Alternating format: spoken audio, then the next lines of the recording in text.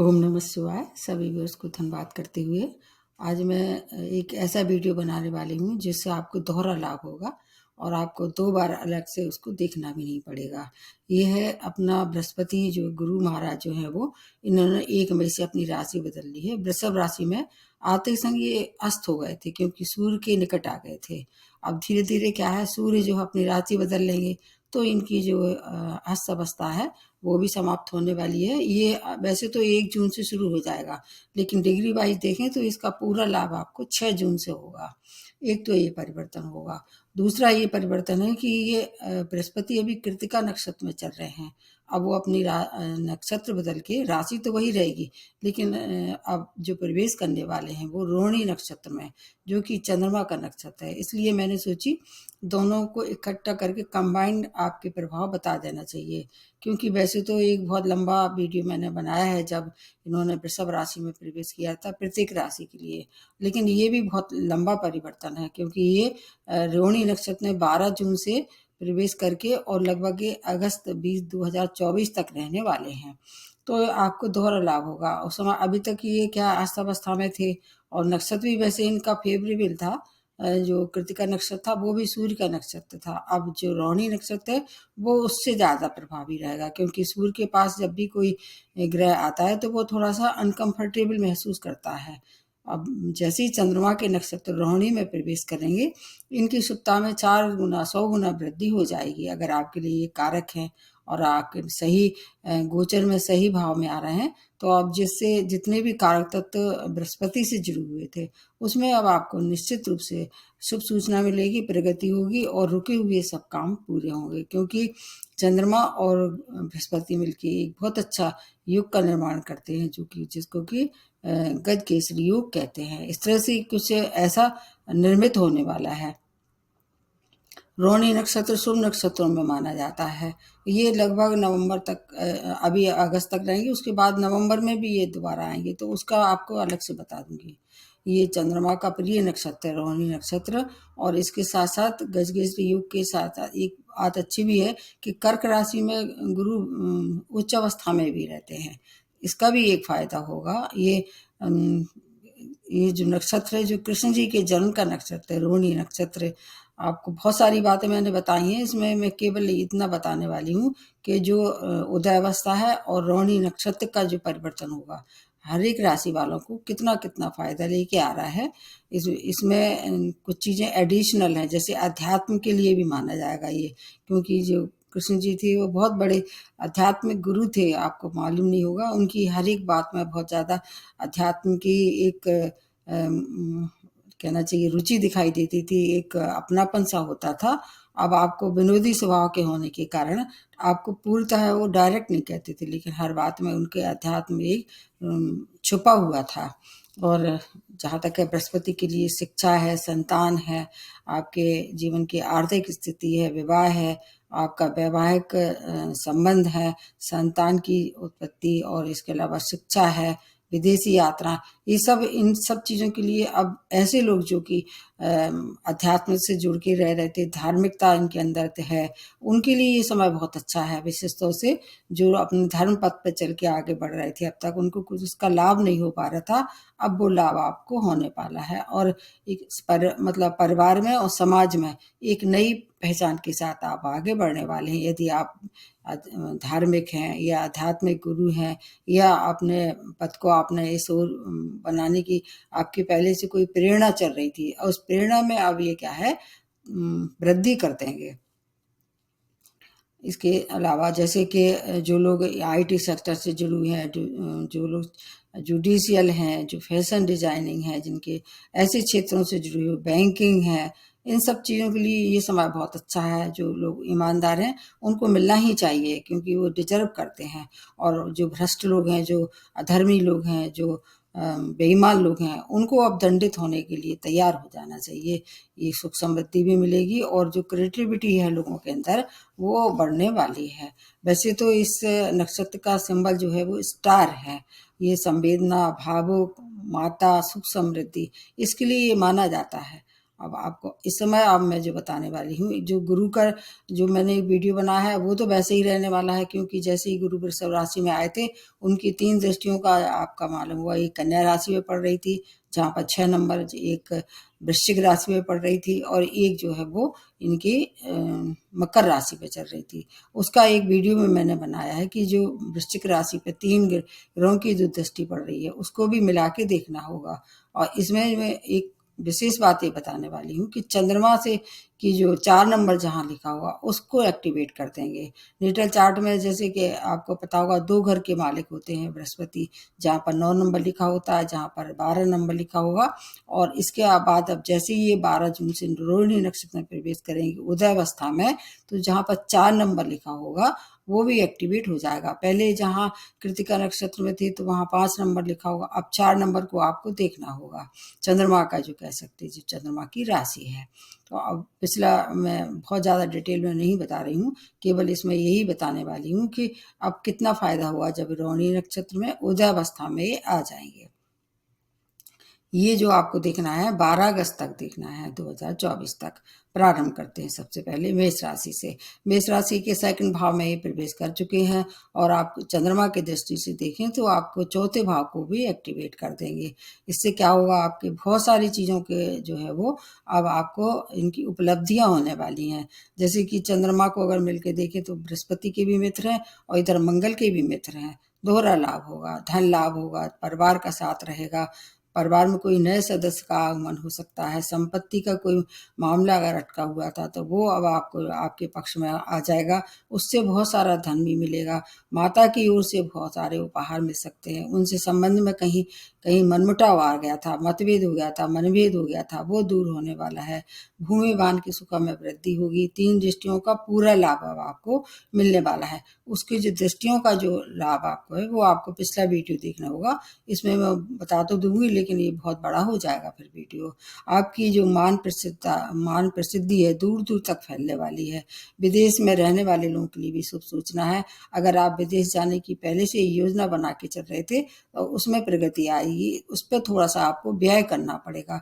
जैसे कि मैंने बताया कि जहाँ पर 9 और 12 नंबर लिखा होगा उसको भी एक्टिवेट पहले से ही कर रहे हैं, अब उसमें भी तेजी आ जाएगी। मतलब विदेश में जाने वाले लोग, और इसके अलावा इन्वेस्टमेंट भी आप कर सकते हैं।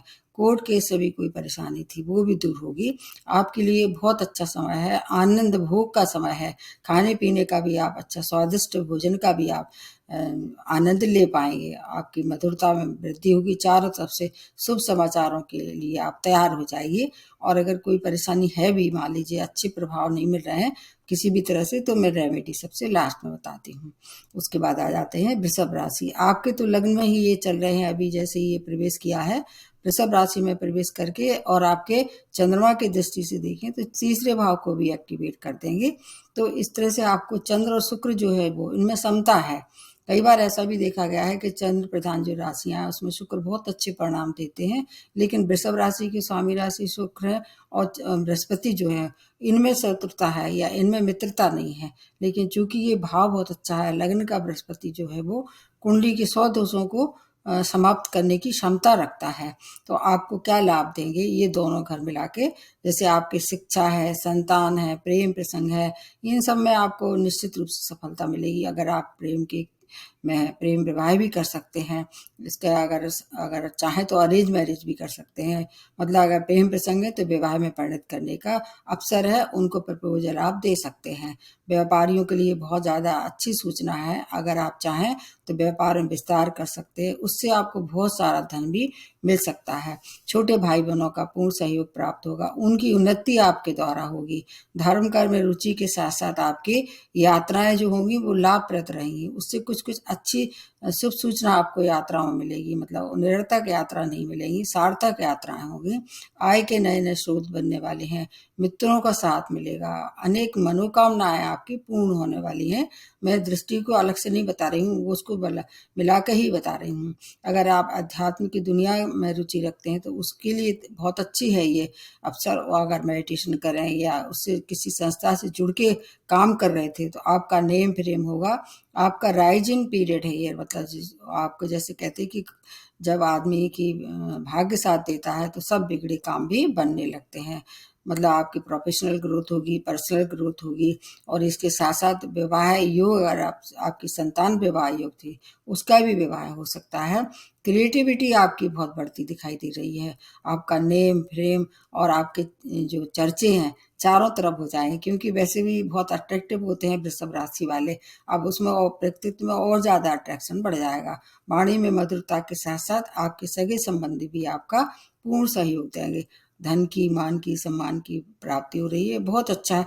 सभी राशि वालों के लिए अच्छी सूचना है। बस उन जैसे जिनके 6, 8, 12 में आते हैं उनको थोड़ा सा कम शुभ परिणाम मिलेंगे।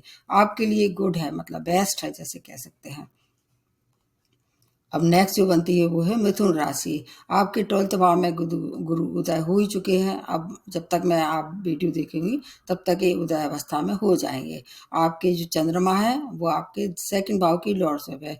चंद्रमा की और बुध की मित्रता नहीं है, लेकिन बृहस्पति से भी समता है और चंद्रमा से ही मान के चलिए समता है। ये 12वां भाव भी बहुत अच्छा नहीं मानते हैं गुरु के लिए, लेकिन कुछ चीज़ों के लिए अच्छा है। जैसे अध्यात्म की दुनिया में अगर आप रुचि रखते हैं उसके लिए समय बहुत ज़्यादा श्रेष्ठ समय है। अगर विदेश में रह रहे हैं या विदेशी कार्यों में कहीं कोई अड़चन आ रही थी, वो समाप्त होने वाली है। वैवाहिक योग थे, विवाह के इच्छुक थे, तो विवाह भी संपन्न होगा। वैवाहिक जीवन में मधुरता होगी और आपके परिवार में खुशहाली का माहौल रहने वाला है। कैरियर में आप बुलंदियों तक पहुंचने वाले हैं। कैरियर के लिए हर एक राशि वालों के लिए शुभ सूचना है ये, क्योंकि अगर आप कहीं ऐसी जगह फंसे हुए हैं जैसे आपकी प्रमोशन ड्यू था, प्रमोशन नहीं हो रहा था, प्रमोशन होगा, नई जॉब की प्राप्ति होगी। अगर आप पॉलिटिक्स में इंटरेस्ट रखते हैं या आपने इलेक्शन में आप खड़े हुए थे तो उसमें भी जीत होना निश्चित है। रिकॉर्ड तोड़ आपको कामयाबी मिलेगी। जीवन साथी और साझेदारी के लिए समय बहुत अच्छा है। नए व्यापार की भी शुरुआत आप कर सकते हैं, क्योंकि एक दृष्टि जो पड़ रही है वो कन्या राशि, बुध की राशि पे भी पड़ रही है। आपको थोड़ा व्यय करना पड़ सकता है, व्यय अच्छे कामों पर होगा, शत्रु भी परास्त होंगे, बड़े इन्वेस्टमेंट भी कर सकते हैं। और पुराना इन्वेस्टमेंट कहीं से कोई पैसा रुका हुआ था उससे भी बहुत सारा धन लाभ कमा सकते हैं। हेल्थ की थोड़ी सी आपको जरूर करनी पड़ेगी, और हेल्थ के लिए अगर आप केयर करते हैं तो आपके लिए फिर रोग ऋण शत्रु सब कुछ अच्छा है, सब हर चीज़ अच्छी है। आपको मतलब वाणी से, जैसे मैंने बताया कि बुध प्रधान राशियाँ थोड़ी सी कैसी होती हैं, हाजिर जवाब होती हैं। तो अपनी किसी भी बात से किसी को हर्ट ना करें। विशेष तौर से जो बुजुर्ग हैं या जो ऐसे लोग हैं जो कि आपका रिस्पेक्ट करने योग्य हैं, उनका किसी भी तरह से ना तो मजाक बनाएं ना उन पे कटाक्ष करें। फिर आपके लिए समय अच्छा है। मेडिटेशन करें और दुगना फायदा होगा। 12th हाउस किसका, मोक्ष का भी है। तो मेडिटेशन करने में अगर रुचि थी तो उसको और ज़्यादा आप मेडिटेशन को बढ़ा सकते हैं, उसका टाइम पीरियड बढ़ा सकते हैं। हो सकता है कोई इस दौरान आपको योग गुरु भी मिल जाए, तो अगर योग मेडिटेशन से अगर चाहें तो आपको नाम प्रसिद्धि भी प्राप्ति हो सकती है। उसके बाद नेक्स्ट जो बनती है वो है कर्क राशि। स्वामी राशि ही चंद्रमा है। आपकी राशि में गुरु उदय के साथ साथ आपकी राशि में ये उच्च भी होते हैं। आपके 11th भाव में उदय हो रहे हैं और लग्न के मालिक हैं ये, तो आपके लिए तो मतलब लॉटरी खुल गई है। हालांकि ढैया चल रहा है तो ढैया का प्रभाव कम होगा, इससे अच्छा क्या हो सकता है। भाग्य का साथ रहने वाला है। आपके जो मान प्रतिष्ठा में कहीं से कोई कमी आ रही थी, कोई रोड़े लग रहे थे, आपको कोई छवि खराब करने की कोशिश कर रहा था, वो सब आपके सामने नतमस्तक हो जाएगा। शिक्षा के लिए, संतान के लिए, वैवाहिक जीवन के लिए, विवाह के लिए श्रेष्ठ समय है। इसका पूरा लाभ लेना चाहिए। मान प्रतिष्ठा की वृद्धि, समाज में आपका नाम होगा। जहाँ आप काम कर रहे हैं, आपके संग में काम करने वाले, आपके बॉस और आपके संग काम करने वाले आपका आदर सम्मान करेंगे। आपके अगर कोई नए जॉब की तलाश थी, विशेष रूप से ऐसे जॉब जो कि गवर्नमेंट सेक्टर से जुड़ के कर रहे थे, क्योंकि क्या है चंद्रमा की जो राशियाँ होती हैं उनको स्टेट जॉब की ज़्यादा संभावना होती मिलती है। अगर स्टेट जॉब में आप कोशिश कर रहे थे, अब तक जॉब नहीं प्राप्त हो रहा था, तो स्टेट जॉब भी मिल सकता है। और हो सकता है इस वजह से आपको कोई चेंज ऑफ प्लेस भी करना पड़े। वो चेंज ऑफ प्लेस कैसा होगा, आपके लिए पॉजिटिव साबित होगा। स्टूडेंट हैं, आपके लिए इंतज़ार कर रहा है। आप चाहिए तो हायर एजुकेशन के लिए जा सकते हैं, या जहां आप रह रहे हैं वहां से एडमिशन चाह रहे हैं, अच्छी जगह आपको एडमिशन मिल सकता है। आपके छोटे मित्रों, छोटे भाई बहनों का पूर्ण सहयोग प्राप्त होगा। आपके लिए बहुत अच्छा समय। थोड़ी सी माइनर हेल्थ प्रॉब्लम आपको परेशान कर सकती है, क्योंकि अभी ढैया का प्रभाव तो है, उससे आपको अपने खाने पीने की, अपनी हर स्थिति का, क्योंकि 11th भाव कई बार माइनर हेल्थ इशू दे देते हैं, इसलिए वहाँ थोड़ा सा आपको ध्यान रखना है। अगर कोई परेशानी है तो इलाज कराइए, आपको उस उपचार भी मिलेगा और रोगों से मुक्त भी हो जाएंगे। बहुत अच्छा समय है कर्क राशि वालों के लिए। ढैया का प्रभाव कम होगा, इसलिए नए काम की भी शुरुआत कर सकते हैं। उसके अलावा नेक्स्ट जो बनती है वो है सिंह राशि। आपके स्वामी राशि सूर्य हैं, जो कि चंद्रमा के भी मित्र हैं और बृहस्पति की भी मित्र हैं, और गोचर ये कहाँ हो रहा है? 10वें भाव में, केंद्र भाव में हो रहा है। ये भाव बहुत अच्छा है। और आपके जो चंद्रमा है वो 12th भाव की इनके पास लॉर्डशिप है, तो 10th और 12th भाव ये एक्टिवेट हो रहे हैं। आपके लिए अपार सफलता है, बुलंदियों तक पहुंचने का समय है। अगर आप कहीं ऐसी जगह जुड़ी हुई जहाँ गवर्नमेंट सेक्टर में या एडमिनिस्ट्रेटिव या जुडिशियल सर्विस में काम कर रहे हैं, आपके लिए नेम फेम इंतजार कर रहा है, उसको आपको थोड़ा सा प्रयास करना पड़ेगा। अगर आप प्रयास करते हैं तो आपके लिए अब जितना आप चाहें ऊंचाइयों तक पहुंचने का समय है। पुराने जॉब में प्रमोशन, राजनीति में आपकी अच्छी पकड़ रहने वाली है, परिवार का पूरा साथ रहने वाला है, आय के नए नए स्रोत बनने वाले हैं, और अगर रोगों से परेशानी थी, रोग मुक्त होंगे, शत्रु परास्त होंगे। अगर कोई कोर्ट केस में कहीं से भी कोई फैसला आने वाला था तो आपके पक्ष में ये फैसला आने वाला है। आपको थोड़ा सा ड्राइविंग करते हुए थोड़ी सावधानी रखनी पड़ेगी। अगर कहीं बीमार थे, आयु वृद्धि की कोई ऐसी मतलब थी, डाउट था या थोड़ा संशय था, तो आप निश्चिंत हो जाइए, आपकी आयु में भी वृद्धि होगी। आपकी वाणी में कैसा हो जाएगी? प्रखरता आ जाएगी, ओज आ जाएगा। उससे आप सबको सम्मोहन की तरह ट्रीट करेंगे, मतलब आपकी वाणी में सम्मोहन हो जाएगा। अगर आप विदेश में रह रहे हैं तो वहाँ पीआर या सेटलमेंट के लिए आप अप्लाई कर सकते हैं, ये काम भी करा के छोड़ेंगे। उत्तम समय है।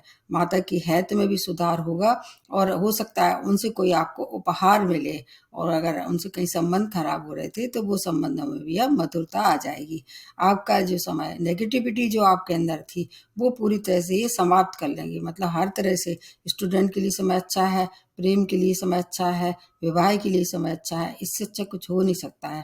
करियर के लिए मैंने तो बता ही दिया है। इसका लाभ आप ले सकते हैं। व्यापार है तो व्यापार में भी विस्तार, नए व्यापार की शुरुआत करते हैं, वो भविष्य निर्माण में आपके लिए काफी सुखद सूचना लेके आ रही है।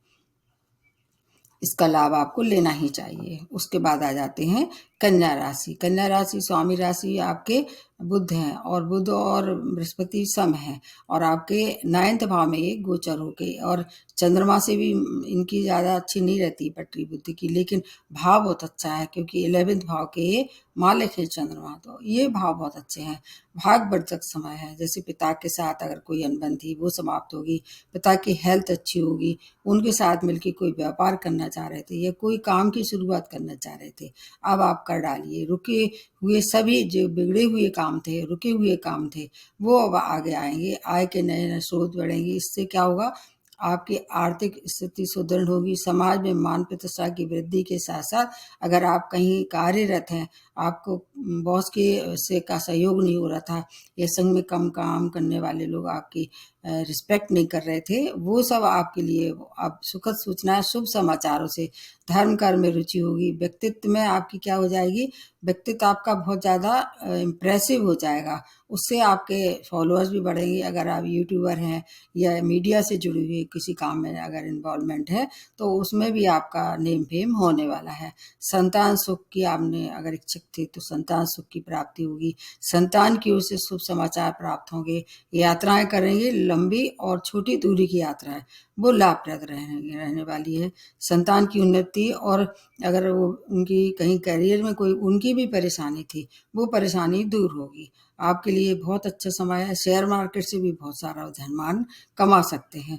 धार्मिक यात्राएं करेंगे, आपके लिए ये यात्राएं सुखद रहने वाली हैं। वर वधू की जो खोज दोनों की थी वो समाप्त होने वाली है, इसलिए चारों तरफ से सुखद सूचना आपको मिल रही है। हर एक राशि वालों को मैंने कहा कि ये जो 12 अगस्त तक का टाइम है, सबके लिए कुछ कुछ अच्छी सौगातें लेके आ रहा है। अगर फिर भी ऐसी परेशानी है, जैसे कि मैंने बताया कि 6, 8, 12 में बहुत अच्छे नहीं देते, लेकिन उसमें भी अध्यात्म के लिए अच्छे होते हैं सब राशियों के लिए। जैसे आप स्पिरिचुअली अगर कहीं कोई गेन करना चाह रहे थे, उपलब्धियां नहीं प्राप्त हो रही थी, उसके लिए समय बहुत अच्छा है।